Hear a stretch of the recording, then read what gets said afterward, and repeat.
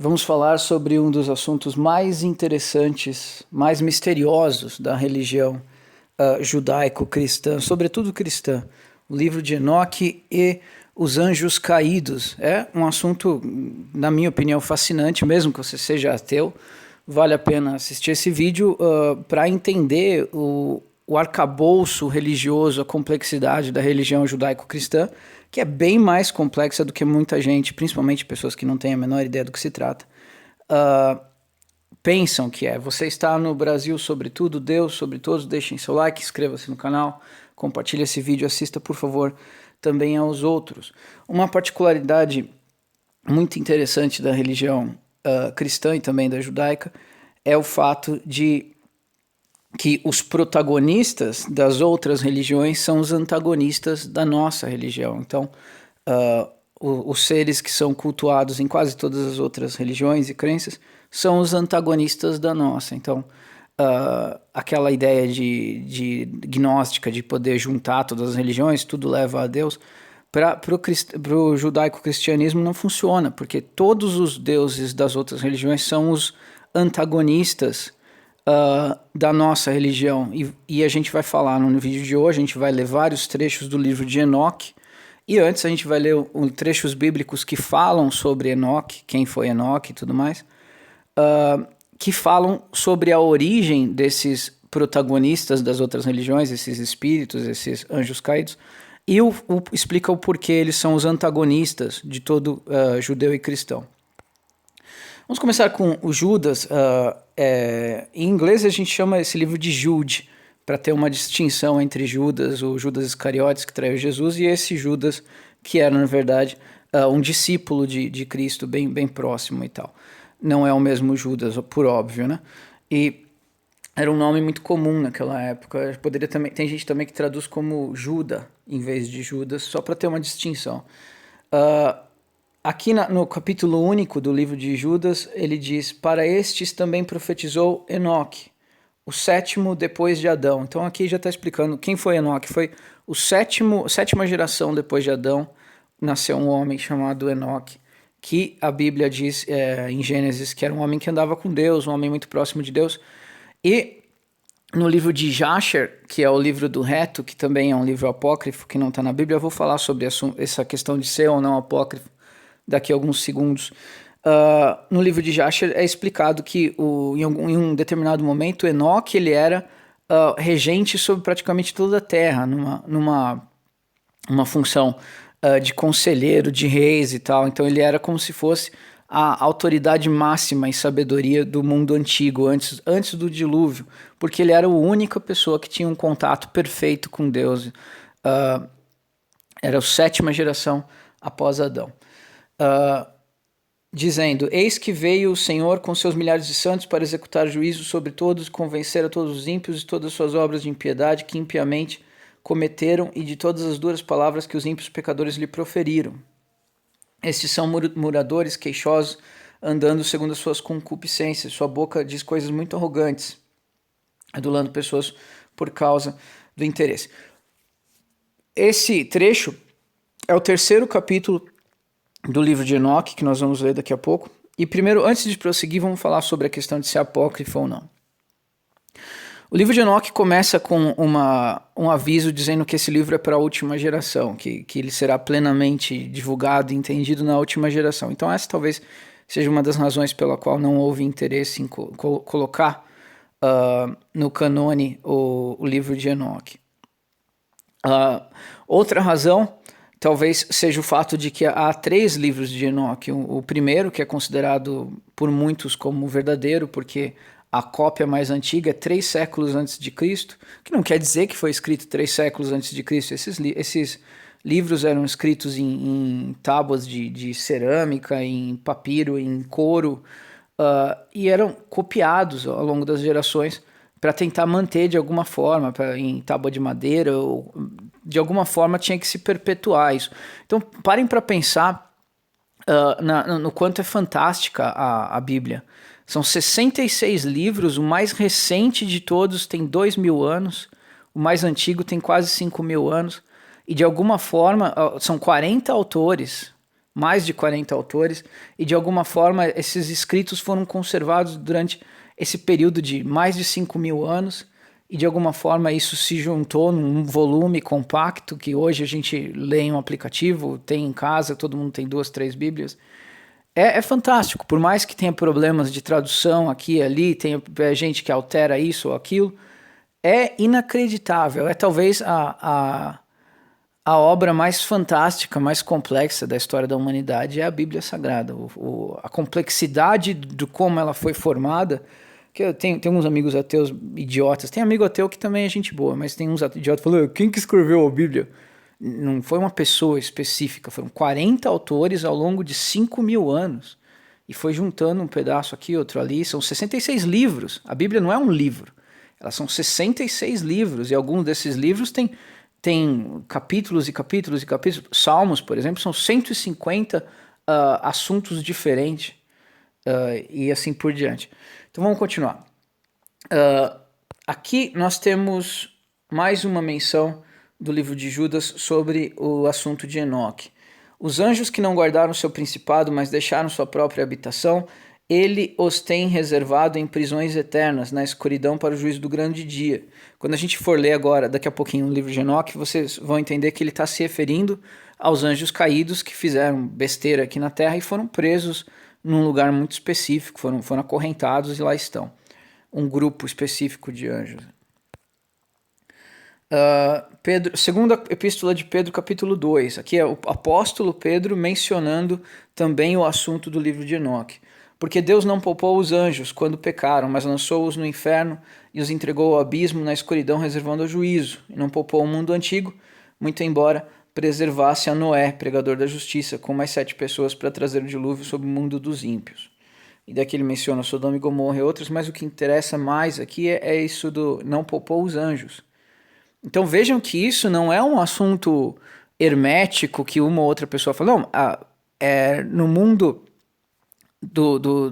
da era de Cristo, no ano 1, era conhecimento comum, todo mundo sabia da história dos anjos caídos, do livro de Enoque, era algo que era amplamente difundido. Voltando ao assunto sobre ser apócrifo ou não, é amplamente aceito hoje que o livro de Enoque, provavelmente a maior parte dele é verídico, é verdadeiro, realmente é parte do que foi escrito por Enoque, ou pelo menos foi escrito por algumas pessoas daquela época que tinham amplo conhecimento dessa doutrina judaica, dessa história judaica, e também tinha amplo conhecimento dos mitos ou da realidade de outras civilizações daquela época que tratavam dos anjos caídos, dos animais híbridos, que a gente vai falar daqui a pouco e tal.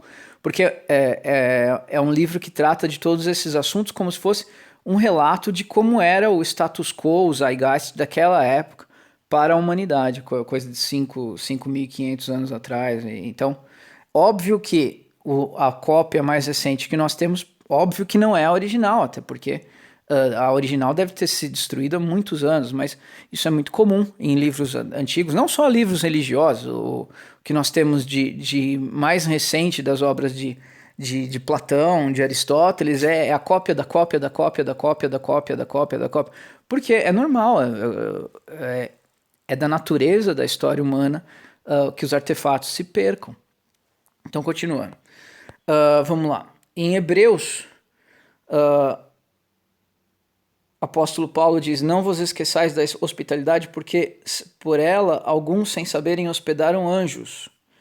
Então, aqui ele está mencionando o fato de que é parte do entendimento judaico-cristão de que o véu da realidade se abre em algumas vezes e seres extraterrestres, extraterrenos, melhor dizendo, seres de outra dimensão, que nós chamamos de anjos ou sentinelas, adentram a nossa dimensão e interagem conosco, usando como se fosse uma fantasia de uma pessoa normal. Muitos de nós têm histórias de que, talvez aquela pessoa que eu falei em tal dia, tal hora, talvez fosse um anjo, não sei se era gente de verdade. Isso é muito comum nos testemunhos cristãos, saber que o véu da realidade se rompe e criaturas entram, criaturas enviadas por Deus entram na nossa dimensão, se se revestem de uma aparência humana e interagem conosco em momentos cruciais da nossa existência e tal. Isso é parte do nosso conjunto de crenças, isso é muito comum. Continuando aqui, Colossenses, segundo Colossenses 2, 1 Colossenses capítulo 2. Ninguém atue como hábito de vós, afetando humildade ao culto ou culto aos anjos, afirmando sim coisas que tenha visto inchado vãmente em seu entendimento carnal. Então aqui Paulo está alertando que é pecado cultuar anjos, é pecado cultuar anjos, é pecado cultuar anjos. Então, por que eu estou frisando isso? Porque o livro de Enoque, ele gira em torno disso. Anjos saíram do céu, se enamoraram de mulheres humanas, tomaram para si mulheres, reinaram sobre... Os seus filhos nasceram gigantes, nasceram homens semideuses, entre aspas, que se tornaram os tiranos do mundo antigo. E não só isso, pegaram cada um para si 200 animais de cada espécie e fizeram com eles monstros. Geraram uma progenia aí de monstros. E eram cultuados, esses anjos caídos eram cultuados pelas tribos e tal. Naquela época, como fisicamente cultuados. Essa é a crença judaico-cristã. E de todos os povos da antiguidade, essa é a crença, é isso que está colocado nos afrescos, nas esculturas e tudo mais. Hoje nós vemos como lendas, nós vemos como parte da mitologia daquele povo. Mas se você parar para pensar, para eles era bastante real. Até que ponto era real? Isso aí, infelizmente, nós não saberemos, provavelmente tão cedo. Espero. 1 Coríntios 11. Portanto, se a mulher não se cobre com véu, tosquice também, porém, para a mulher é vergonhoso ser tosquiada ou raspada, cubra-se com véu. Está falando sobre a presença das mulheres no templo, como elas deviam se portar, que era costume naquela época a mulher colocar um véu para cobrir a beleza do cabelo, para ficar uma coisa mais discreta, né? E daí aqui a razão. Portanto, a mulher deve trazer sobre si, sobre a cabeça, um sinal de submissão por causa dos anjos. Então Paulo está alertando aqui que a mulher, quando ela entra no templo, na igreja, ela deveria cobrir a cabeça, porque é um lugar onde, bem dizendo, igrejas, templos, é um lugar, devido ao fato de estar todo mundo orando, sintonizando com Deus, é um lugar onde é natural, espera-se que o véu da existência se rasgue e a atenção divina seja voltada para as pessoas que lá estão. Essa é a função de um culto religioso. E naquele momento que o véu se rasga e a atenção divina se volta para as pessoas que ali estão, é de se esperar que os anjos possam enxergar também as pessoas que ali estão. E Paulo fala, a mulher tem que colocar um véu para não seduzir os anjos. Eu acho que essa questão é talvez uma das mais controversas de todas. Imagino eu que os anjos que fizeram... Porque tem uma parte da doutrina judaico-cristã que diz que 1/3 dos anjos se revoltaram e se aliaram a Lúcifer, e tudo isso gerou o caos que nós estamos hoje, essa guerra cósmica que existe entre Deus e seus anjos e Lúcifer e os seus anjos. Imagino que os anjos que estão aliados a Deus não vão hoje se seduzir por uma mulher, mas eu não sei até que ponto uma coisa ou outra pode ocorrer. Mas eu imagino que não. Então vamos lá. Tudo isso começa em Gênesis capítulo 6. Sucedeu quando os homens... Isso está na sua Bíblia. O senhor pode abrir a sua Bíblia hoje, católica, seja qual for, e ler isso hoje. Não sou eu que estou inventando. Sucedeu quando os homens começaram a multiplicar sobre a terra, lhe nasceram filhas. E viram os filhos de Deus, que as filhas dos homens eram formosas, e tomaram para si mulheres de todas as que escolheram. Então disse o Senhor, meu espírito não permanecerá com os homens, para sempre no homem, porque ele é carne e seus dias serão 120 anos. Essa aqui é a profecia de que depois de 120 anos viria o dilúvio, né? Naqueles dias estavam os nefelins na terra, também depois, quando os filhos de Deus conheceram as filhas dos homens, os quais lhes deram filhos. Esses nefelins eram os valentes homens de renome que houve na antiguidade. Algumas traduções, em vez de falar nefelim, fala gigantes. Então, a tradução de nefelim é nefó, vem do originário nefó, que fala os caídos, né? Então, está falando aqui que o que ocorreu foi o seguinte: um grupo de anjos, que a gente vai ver isso ocorrendo daqui a pouco no livro de Enoque, viu as filhas dos homens, viu as mulheres, resolveram romper o véu da existência, se materializar e dominar sobre os homens, estuprar as mulheres, terem filhos com elas, e depois nós vamos ver estuprar animais e fazer nascer demônios, e depois fazer experiência genética, juntar um animal com outro, enfim, gerou uma quantidade enorme de monstros. E, como nós vamos ver, seria a origem dos demônios. Os demônios teriam surgido por causa dessa progenia de bastardos que nasceu não só do estupro das mulheres, do casamento com as mulheres que os anjos caídos fizeram, mas também das experiências genéticas que os anjos fizeram e do estupro de animais. Então, segundo o livro de Enoque, e o livro de Jasher, e o livro dos vigias e tal, o livro dos gigantes também, esses animais, esses seres, esses monstros, eles não tinham para onde ir quando morriam, porque eles não foram criados por Deus. E por não ter por onde ir, eles ficaram presos na terra como espíritos. E eles eram reféns das paixões que alimentavam eles durante a vida, fome, sede e tudo mais. Esses são os demônios, segundo a doutrina judaico-cristã. E daí de que forma que esses seres suportaram isso? Porque eles tinham fome, tinham sede, tinham vontade de fazer sexo e não podiam fazer absolutamente nada disso. Estavam presos numa dimensão entre a realidade física e o céu. Eles não tinham para onde ir porque eles não deveriam existir. Eles foram uma abominação criada por Deus. Eles passaram a atormentar toda a humanidade. Alguns se tornaram espíritos familiares, que são espíritos que seguem a pessoa desde que ela nasce até o dia que ela morre, sabe imitar a voz dele, sabe? Estão sempre oprimindo a pessoa, andam bem pertinho dela, sabe imitar a voz, sabe imitar a aparência. E daí quando uma pessoa falece, é muito comum desses demônios tomar a forma dessa pessoa e vir assombrar para tentar achar uma forma de se conectar. Esses são os espíritos que estão atormentando a humanidade até hoje. Essa é a doutrina judaico-cristã de como os demônios surgiram. Óbvio que Deus não criou os demônios. E daí, sem você entender essa história inteira, fica confuso. Mas peraí, o que é demônio? O demônio é quem morre e não gostava de Deus, é isso? Não. Os demônios, os milhões de demônios que existem, talvez bilhões, são os seres que não deveriam existir, que destruíram a Terra antes do dilúvio. Essa é a razão pela qual Deus mandou o dilúvio. A gente vai ver daqui a pouco a destruição que eles causavam. Vamos ver já. Esse é o livro de Enoque, capítulo 1.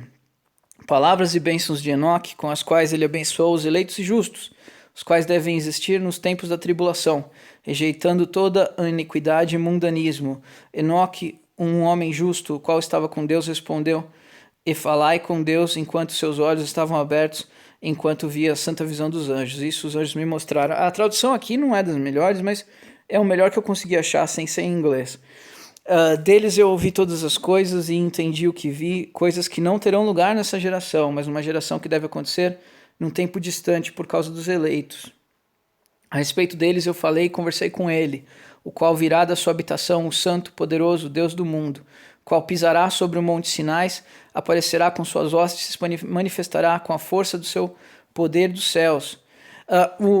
Essa é uma profecia sobre o fim do mundo que é ecoada no livro de Apocalipse. Em algumas outras menções, acho que, se eu não me engano, o Senhor Jesus Cristo menciona esse evento em Mateus 24, dei uma conferida depois.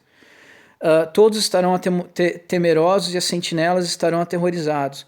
Grande temor e terror se apoderarão deles, mesmo os confins da terra. As alturas das montanhas serão abaladas, os altos montes serão abatidos, derretidos como favo de mel na chama de fogo. A terra será imersa e todas as coisas que nela estão perecerão, enquanto o julgamento virá sobre todos os mesmos, sobre todos os justos. Isso foi escrito antes do dilúvio, mas essa profecia é sobre o fim do mundo mesmo, não o dilúvio, o fim do mundo derradeiro. Mas a ele será dada paz, ele preservará os eleitos, com eles exercitará clemência. Então todos pertencerão a Deus, serão felizes, abençoados, o esplendor da sua divindade os iluminará. Então ele está falando aqui sobre o fim do mundo, né? Daí aqui há o trecho mencionado por Judas: eis que vem com dezenas de milhares de seus santos para executar julgamento sobre os pecadores, destruir o iníquo, reprovar toda coisa carnal e toda coisa pecaminosa e mundana que foi feita e cometida contra ele. Então percebam que um tema muito comum no livro de Enoque é o orgulho e a arrogância e a rebeldia contra Deus. Então, o pior de todos os erros, aqui vocês vão ver ecoado isso várias vezes reforçado, é a rebeldia contra Deus. Porque essa posição de ódio a Deus é talvez o pior dos pecados. Porque você fazer bobagem, mas você sabe, você está tentando fazer o certo, mas errar, como diz o profeta e o rei Salomão, fala que é impossível um homem fazer bem sem pecar. Querendo dizer, se você for tentar fazer alguma coisa, você vai fazer merda. Isso aí é só se trancar no quarto e não fazer nada nunca, assim. E você tem o pecado de não estar tentando, pelo menos.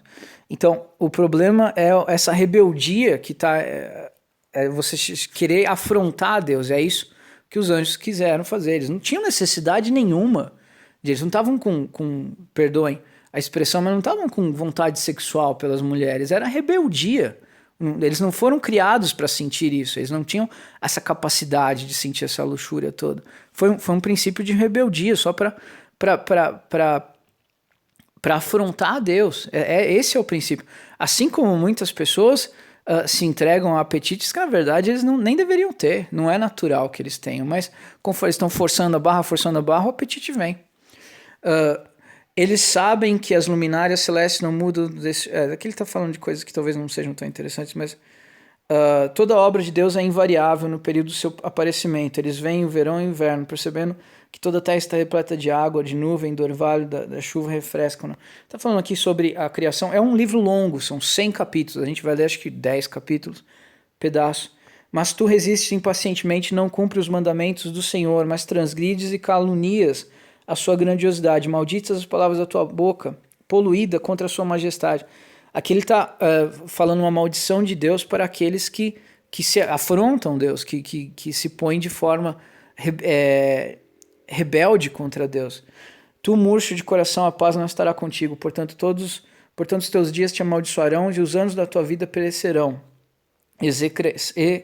Execração perpétua se multiplicará e não obterás misericórdia. Nestes dias tu resignas tua paz com a eterna maldição de todos os justos, e os pecadores perpetuamente te execrarão. Eles te execrarão com tudo que não é divino. Aqui começa a parte que interessa sobre o nosso assunto de hoje. Aconteceu que depois os filhos dos homens se multiplicaram naqueles dias, nasceram filhas, elegantes e belas. Veja que é o mesmo assunto falado em Gênesis 6. Quando os anjos... No texto aramaico se lê sentinelas. Quando as sentinelas, os filhos dos homens, viram-na, enamoraram-se delas, dizendo uns para os outros: vinde e selecionemos para nós mesmos esposas da progenia dos homens e geremos filhos. Então seu líder Samiasa disse: eu temo que talvez possais indispor-vos na realização deste empreendimento, e só eu sofrerei por tão grave crime. Então estavam os sentinelas, os anjos designados para acompanhar o que estava rolando com os homens. Eles viram mulher, as mulheres falaram: vamos pegar umas para nós. Perdoem a expressão, mas é isso que eles falaram. Daí o Samiasa falou: eu acho que ele percebeu que o pessoal estava hesitante e tal. Daí ele falou: quer dizer que só eu vou me ferrar? Vocês querem que eu vá de exemplo, de cobaia? Não vou. Você tá louco? Ele falou: não, brincadeira. Daí eles disseram: nós todos juramos e amarramos por mútuos juramentos que nós não mudaremos nossa intenção, mas executamos nosso empreendimento projetado. Então eles juntaram todos juntos e todos se amarraram ou se uniram por mútuo juramento. Todo o seu número era 200, os quais descendiam de Ardiz, o qual é o topo do Monte Hermon. Esse Monte Hermon ou Hermon é um monte que existe até hoje. Não sei se é o mesmo Monte Hermon, porque isso foi antes do dilúvio, né? Mas é um monte onde tem até uma base lá da ONU, das Nações Unidas. Então é um monte que é conhecido na região ali perto de Israel, perto daquela região. O Monte de Hermon, ele deriva do hebreu a maldição, Erem, maldição. Daí aqui fala o nome dos anjos, não tem necessidade de a gente ler todos, mas Acabel, Azael, Azariel, Ramuel, Danel, todos esses se tornaram depois demônios, anjos caídos, né? Então tomaram esposas, cada um escolhendo por si mesmo, as quais começaram a abordar, com as quais coabitaram, ensinando-lhes sortilégios, encantamentos e a divisão de raízes e árvores. Esse é o início da feitiçaria. Essa é a raiz de toda a feitiçaria que até hoje existe no mundo. E está aqui. São anjos caídos que coabitaram com mulheres. Por isso que na tradição de contos medievais a gente sempre vê as bruxas e tal, elas estavam adorando um demônio e tal, um bicho com chifres e tal. Vem desta história, essa origem, de que a feitiçaria nasceu quando os anjos eles se uniram sexualmente às mulheres. Por isso que a feitiçaria tem tantos elementos sexuais, como a dança nu na floresta, orgias e tudo mais.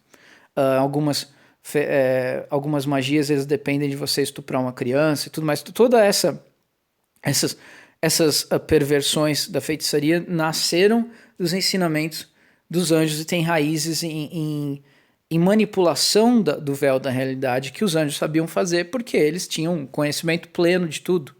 Eles eram super seres perfeitos. Por isso o pecado deles foi tão terrível. Eles não tinham razão nenhuma para pecar. Quando a gente faz merda, Deus sempre fala, acha ruim, óbvio, e fala, bom, é carne, o que eu espero desse pessoal, né? Ainda bem que eu mandei Cristo, ainda bem que eu fui, porque a gente vai fazer merda, a gente não tem que forçar a barra para fazer, mas nós vamos fazer merda, isso é inevitável. Cada 10 coisas que você fizer tentando fazer o bem, umas 2 ou 3 sai tudo errado, isso aí é inevitável.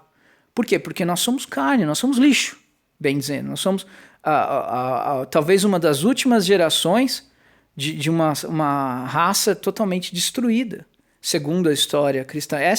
Eu estou falando de coisas que os cristãos judeus acreditam, e alguns deles nem sabem que é assim, porque isso não é tão amplamente difundido.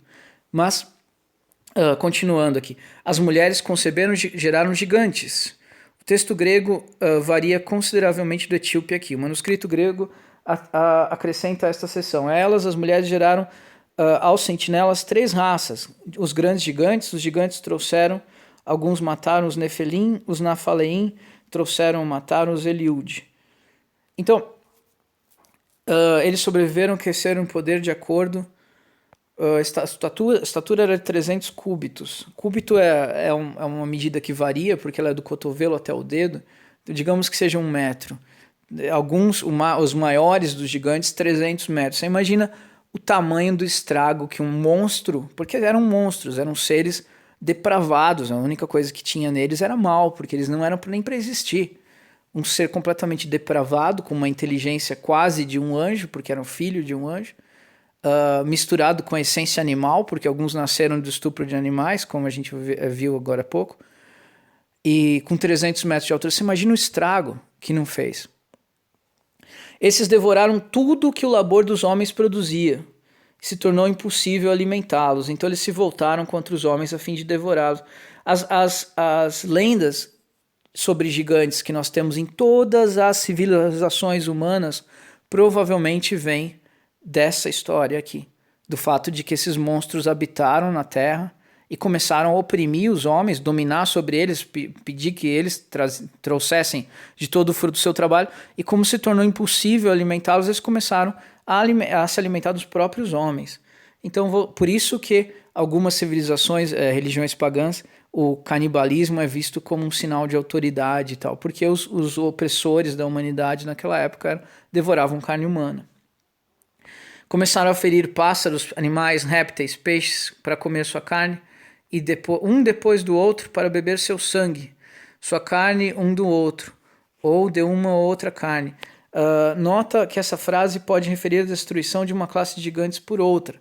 Então começou a haver um conflito entre uma classe desses super seres monstruosos e outros, que provavelmente é a origem das lendas gregas do Clash of Titans, da guerra entre semideuses, deuses e titãs.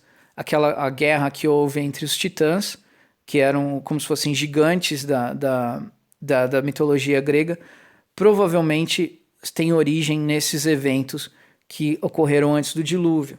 Então a terra reprovou os injustos. Aqui já repetindo, né? Daí continuando aqui. Azaziel, um dos anjos caídos, ensinou o homem a fazer espadas, facas, escudos, armaduras, fabricação de espelhos, braceletes, ornamentos, uso de pinturas, embelezamento das sobrancelhas, uso de todo tipo de pedras preciosas, toda sorte de corantes, para que o mundo fosse alterado. Então, na maquiagem, esse embelezamento, falsificação da aparência, é algo que, segundo o livro de Enoque, nasceu com os anjos caídos. A impiedade foi aumentada, a fornicação multiplicada. Eles transgrediram e corromperam seus caminhos. Amazaraque ensinou todo o sortilégio de divisores de raízes. Mies ensinou a solução de sortilégio. Então, um ensinou a fazer as feitiçaria, o outro ensinou a fazer a contra-feitiçaria. Quer dizer, eles estavam ensinando para o homem tudo o que gerou a destruição que nós vemos hoje. Barcaial ensinou os observadores de estrelas, então astrologia, signo, tudo isso surgiu com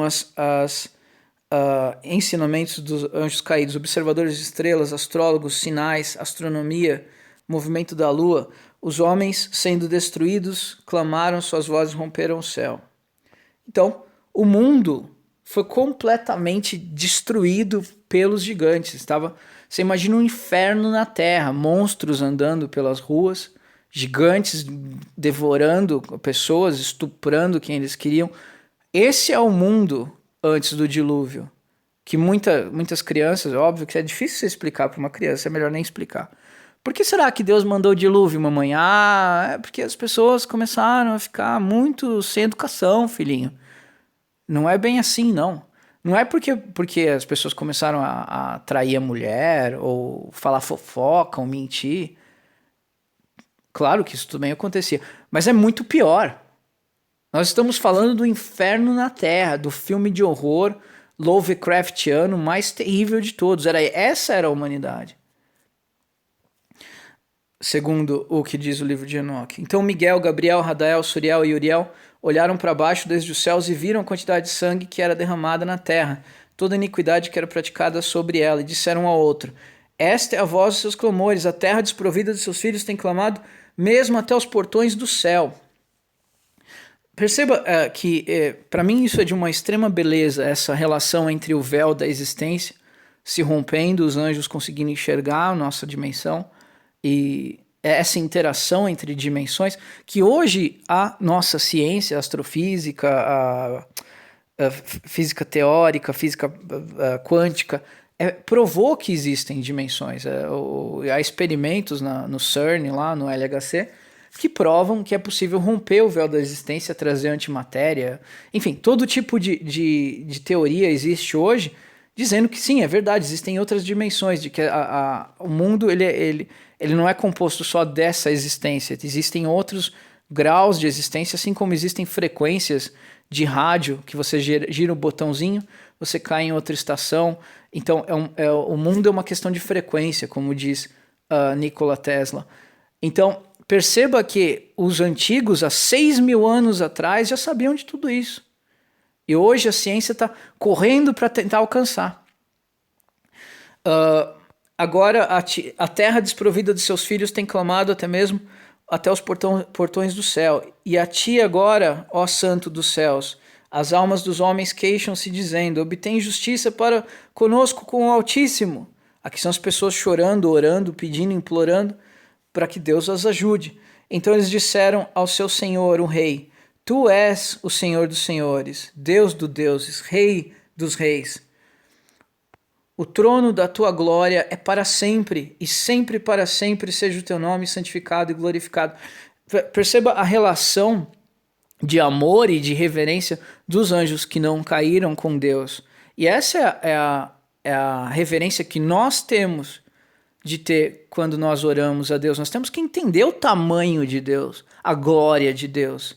Tu és o Senhor dos senhores, Deus dos deuses, Rei dos reis. O trono da tua glória é para sempre e sempre. Para sempre seja o teu nome santificado e glorificado. Essa é a reverência que nós temos com Deus. Quantas vezes a gente esquece dessa reverência necessária? Do tamanho, da invencibilidade de Deus, do nosso Senhor Jesus Cristo. É impossível vencê-lo, é impossível desafiá-lo. Kierkegaard falava, a única forma de vencer Deus é amá-lo. Você só consegue fugir da destruição que está reservada para os maus amando Deus, entregando-se a Cristo, confiando em Cristo. Não há outra forma de vencer Deus. Essas pessoas, elas têm tanta chance de fazer mal a Deus quanto um camundongo tem chance de matar um leão. Multiplicado por 10 milhões de vezes essa analogia. Enfim, obtém justiça para conosco. Literalmente, traz julgamento para nós Aqui está falando da tradução, né? Daí aqui continua. Tu fizeste todas as coisas, os anjos falando com Deus, né? Tu possuis poder sobre todas as coisas, e todas as coisas estão abertas e manifestas diante de ti. Tu vê todas as coisas e nada se pode esconder de ti. Perceba que para os anjos isso é maravilhoso, magnífico. Eles, com todo o poder que eles tinham, eles achavam fantástico Deus ter ciência de tudo ao mesmo tempo de todos. Imagine o máximo de atenção que você pode dar para um assunto ou uma pessoa, o máximo possível, o seu foco máximo. Agora imagine um ser que consegue dar essa mesma quantidade de foco, até mais, para absolutamente tudo ao mesmo tempo, sem necessidade de se cansar ou se entediar, enfim. Essa é a grandeza, é algo assim que deve escapar assim, ao nosso entendimento, senão não é Deus. Se fosse simples de entender, não seria Deus. Seria um ser nessa escala. Tu viste o que Azaziel tem feito, e como ele tem ensinado toda espécie de iniquidade sobre a terra, e tem aberto ao mundo todas as coisas secretas que são feitas nos céus. Samiasa também tem ensinado sortilégios, para quem tu deste autoridade sobre aqueles que estão associados contigo. Eles têm ido juntos às filhas dos homens, têm se deitado com elas, eles têm se contaminado, eles estão denunciando a Deus as coisas, que é óbvio que Deus já sabia, mas é algo que estava ocorrendo. E eles têm descoberto crimes a elas, descoberto crimes, revelados sinais. As mulheres têm gerado gigantes, toda a terra tem se enchido de sangue e iniquidade, e agora vê que as almas daqueles que estão mortos chamam, e queixam-se até o portão do céu. Seus gemidos sobem, nem podem eles escapar da injustiça que é cometida na terra. Tu conheces todas as coisas antes de elas existirem. Tu conheces essas coisas e que tem feito por eles. Já tu não fala a nós. O que por conta dessas coisas devemos fazer contra eles? Agora, os anjos relataram a Deus o que estava ocorrendo e agora Deus vai falar. Então o Altíssimo, o grande santo, falou e enviou a Uriel, ao filho de Lameque, dizendo: diz a eles em meu nome, esconde-te. Então explicou-lhes a consumação que está prestes a ocorrer, pois toda a terra perecerá, águas do dilúvio virão sobre toda a terra, todos os que estão nela serão destruídos. Agora ensina-o como pode escapar, com a sua semente e como sua semente pode permanecer em toda a terra. Então explicou-lhe a consumação que estava prestes a ocorrer. Novamente o Senhor disse a Rafael. Rafael é um dos anjos bons de Deus. Amarra Azaziel, que é um anjo caído, mãos e pés, lança-o na escuridão, e abrindo o deserto que está em Dudael, lança-o nele. Arremessa-o sobre as pedras agudas, cobrindo-o com escuridão. Lá ele permanecerá para sempre. Cobre a sua face para que ele não possa ver a luz. E no grande dia do julgamento lança-o ao fogo. Então, quando Deus lançou sua sentença sobre o que estava rolando, ele falou: pega o Azaziel, que é o chefão lá dos anjos, abre um buraco num deserto tal lá, joga ele lá dentro, cobre aquilo e ele vai ficar preso naquela escuridão. e no final dos tempos a gente joga ele no lago de fogo. Então uma sentença procedida por uma execução, uma pena de morte, uma pena eterna, uma pena horrível e depois uma pior ainda. Restaura a terra, a qual os anjos corromperam. Anuncia vida a ela para que eu possa recebê-la. Todos os filhos dos homens da sua descendência não perecerão em consequência de todo o segredo pelo qual as sentinelas têm destruído e o que eles ensinaram. Toda a terra tem se corrompido pelos efeitos dos ensinamentos de Azaziel. E a ele, portanto, se atribui todo o crime. E Gabriel também o Senhor disse: vai aos bastardos. Os bastardos são os gigantes e os monstros que nasceram. Aos filhos, aos reprobos, aos filhos da fornicação, e destrói os filhos da fornicação, a descendência das sentinelas de entre os homens. Traga-os, excita-os uns contra os outros, faça-os perecer por mútua matança, pois o prolongamento dos dias não será deles. Então, naquele momento, Deus colocou para Gabriel o poder de criar um caos entre os monstros. E eles começaram a se destruir, começaram um a atacar o outro. Aqui, bastardos, a gente está falando dos monstros e tal, dos gigantes, dos nefelim, dos sei lá, dinossauros, de todos os monstros que surgiram, dos dragões, dos que surgiram da descendência dos anjos. Eles rogaram a ti, mas eles rogarão a ti, Deus falando, mas seus pais não obterão seus desejos a respeito deles, pois eles esperaram por vida eterna, e para que eles possam viver cada um 500 anos. A Miguel igualmente o Senhor disse: vai e anuncia os seus próprios crimes a Sameiasa e aos outros que estão com ele, os quais têm se associado a mulheres para se contaminarem com toda impureza. E quando todos os seus filhos forem mortos, quando eles virem a perdição dos seus bens amados, amarra-os por 70 gerações debaixo da terra, mesmo até o dia do julgamento e da consumação, até o julgamento cujo efeito dura para sempre seja completado. Então eles serão levados para as profundezas mais baixas do fogo em tormentos, e eles serão encerrados em confinamento para sempre. Imediatamente depois disso, juntamente com os outros, queimarão e perecerão. Eles serão amarrados até a consumação de muitas gerações. Destrói todas as almas viciadas na luxúria e a descendência dos sentinelas, pois eles tiranizaram a humanidade. Eis que as sentinelas chamaram a Enoque o escriba.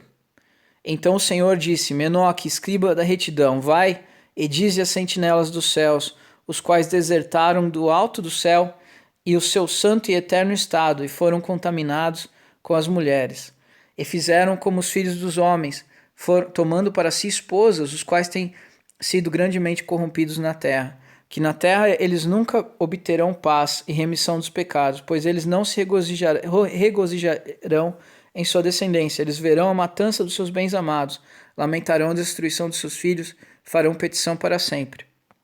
Então Enoque, passando ali, disse a Azaziel, que é o anjo caído: tu não obterás paz. Uma grande sentença há contra ti. Ele te amarrará. Socorro, misericórdia e supra não estarão contigo por causa da opressão que tens ensinado. Vou pausar aqui. Para os senhores entenderem, segundo a narrativa, isso não foi do dia para a noite. Essa destruição toda, provavelmente as mega construções de todo o mundo, essas construções que ninguém sabe como surgiu, elas foram feitas naquela época, em honra a esses anjos caídos e à sua descendência. Então é algo que durou talvez 500, 600, 700 anos de opressão e destruição na Terra. Não foi do dia para a noite. Então, praticamente todos os grandes mistérios da antiguidade, por que tem essa pirâmide aqui no Peru, no México, no Egito? O que é essa escultura? Ninguém sabe quem fez isso aqui. Provavelmente muito disso, o que é essa ossada aqui desse animal estranho? O que é isso? É um dinossauro que surgiu há bilhões de anos? Muitos desses monstros inexplicáveis, dessas ossadas de seres bizarros, que nós não sabemos o que são exatamente, desses deuses híbridos do Egito, que é rosto de crocodilo com corpo de gente, rosto de gato com corpo de gente. Muitos desses seres da mitologia grega, nórdica, que são mistos de animais, com cabeça disso, com corpo daquilo, muito disso, toda a cultura pagã do mundo antigo vem desse fato, vem do fato de que o mundo foi oprimido por anjos caídos durante muito tempo. E a perversão foi se multiplicando de uma forma inacreditável. Por causa de todo o ato de blasfêmia, tirania, do pecado que tem descoberto aos filhos dos homens. Então, partindo dele, falei a eles todos juntos, e todos eles ficaram apavorados e tremeram, abençoando-me por escrever por eles um memorial de súplica, para que eles pudessem obter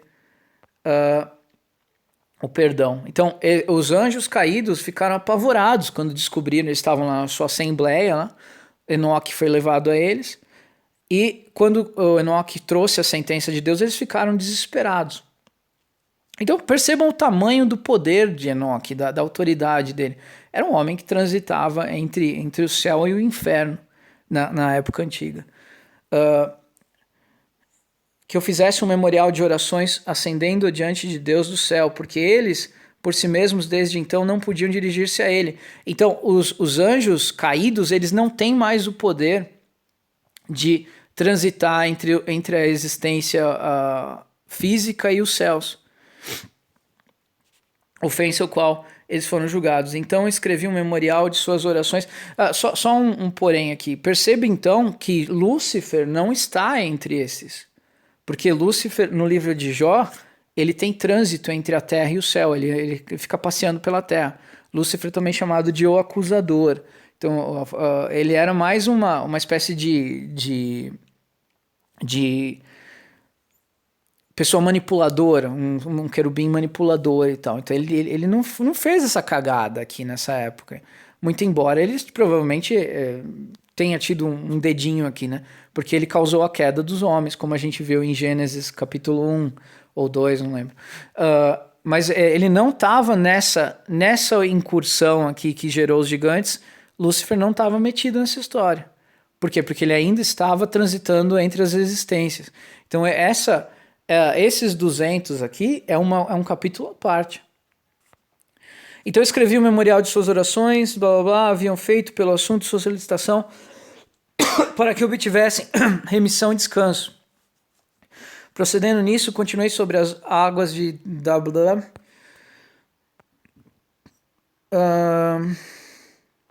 caí adormecido e veio um sonho a mim. Visões apareceram em cima de mim. E caí e vi uma visão de castigos para que eu pudesse relatá-los aos filhos dos céus e reprová-los. Quando acordei, fui ter a eles. Todos estavam reunindo e chorando em Ozerá, que está situado no Líbano, com as suas faces escondidas. Eis que um sonho veio a mim, e as visões apareceram acima de mim, e caí uma visão de castigos quando acordei. Isso aqui está repetindo, perdão. Comecei a pronunciar, relatei em sua presença todas as visões que eu havia visto e o meu sonho. Comecei a pronunciar essas palavras de retidão, reprovando os sentinelas do céu. Blá blá blá blá blá blá blá. Entendi com o coração, assim como ele havia criado, dado aos homens o poder de compreender a palavra de entendimento, assim criou e deu a mim o poder de reprovar os sentinelas e a geração dos céus. Escrevi a sua petição e na minha visão foi-me mostrado que seu pedido não lhe será atendido enquanto o mundo perdurar. Julgamento passou sobre vós, vosso pedido não será atendido. De agora em diante nunca mais ascendereis ao céu. Ele disse que na terra ele vos amarrará tanto tempo quanto o mundo existir. Mas antes dessas coisas tu verás a destruição dos vossos bem-amados filhos. Não os possuireis, mas eles cairão diante de vós pelas espadas. Nem pedireis por eles, nem eles por vós. Mas chorareis e suplicareis em silêncio a palavra do livro que eu escrevi. Mas chorarei, eu escrevi, assim também, a despeito das vossas lágrimas e orações, não recebereis nada de tudo o que está contigo no registro que eu tenho. Uma visão então me apareceu. Eis que naquela visão nuvens de névoa convidaram-me, estrelas agitadas, o brilho de relâmpagos impeliram-me, pressionaram-me diante quantos ventos na visão assistiram meu voo, acelerando meu progresso. Eles elevaram-me ao alto do céu. Eu prossegui até que cheguei próximo a um muro construído com pedras de cristal. Uma chama de fogo brilhante rodeou-a, a qual começou a golpear-me com terror. Chama de fogo brilhante, literalmente uma língua de fogo. Nesta chama de fogo brilhante eu entrei. Enfim, daí aqui já encerrou. O que interessa para nós aqui é a narrativa principal do livro de Enoque. Os anjos desceram, tomaram mulheres para si, fizeram filhos com elas, depois eles tomaram também animais para fazerem monstros. A terra foi completamente destruída, os homens começaram a morrer, Deus decretou uma sentença sobre os anjos caídos, destruiu os monstros que eles criaram, destruiu a terra totalmente corrompida, destruída. O que nós vemos hoje são o que sobrou, as ruínas de uma terra completamente destruída pelos monstros, pelos gigantes, pela abominação que ocorreu antes do dilúvio. Então, é muito interessante a gente pensar que existe uma razão complexa, completa, sólida para o evento catastrófico do dilúvio, e uma razão que explica o fato da lenda do dilúvio, entre aspas, está em praticamente todas as civilizações humanas terem uma narrativa sobre o dilúvio. Muito embora a ciência diga que não, enfim. Ciência entre aspas, né? Porque ciência de verdade é a busca da verdade, não a busca de afrontar Deus. Mas enfim, esse é o livro de Enoque. É um livro apócrifo, não está na Bíblia. Alguns dos livros de Enoque, são 3, 2 desses livros provavelmente são farsas, são fraudes, porque a versão mais recente ela é bem depois de Cristo e fala de algumas coisas que realmente afrontam a Deus, então provavelmente é produto de pessoas que queriam fazer uma perversão gnóstica e tal. Assim como, por exemplo, o Apocalipse de Adão, o Evangelho de Judas, existem vários livros que são forjados por gnósticos para tentar afrontar a Deus, mas não é difícil de perceber. Assim que você começa a ler, você percebe que contradiz todo o resto da Escritura, que coloca Deus como vilão. Então, não é difícil de perceber as fraudes. É provável que o segundo e o terceiro livro de Enoque sejam fraudes. O primeiro livro, não sei. É extremamente interessante e esclarece muitos assuntos que a Bíblia deixa claro, mas não entra em detalhes. Não entra em detalhes. Então, pelo fato de complementar e não afrontar, não contradizer, é provável que tenha muito de verdade no livro. Talvez não todo, talvez não os 100 capítulos, mas que alguns dos capítulos realmente tenham algo de legítimo. É claro que se você é ateu ou se você não é cristão, para você tudo isso, nada disso é legítimo, tudo isso para você é bobagem, é asneira. Mas para nós, cristãos, é extremamente interessante e importante.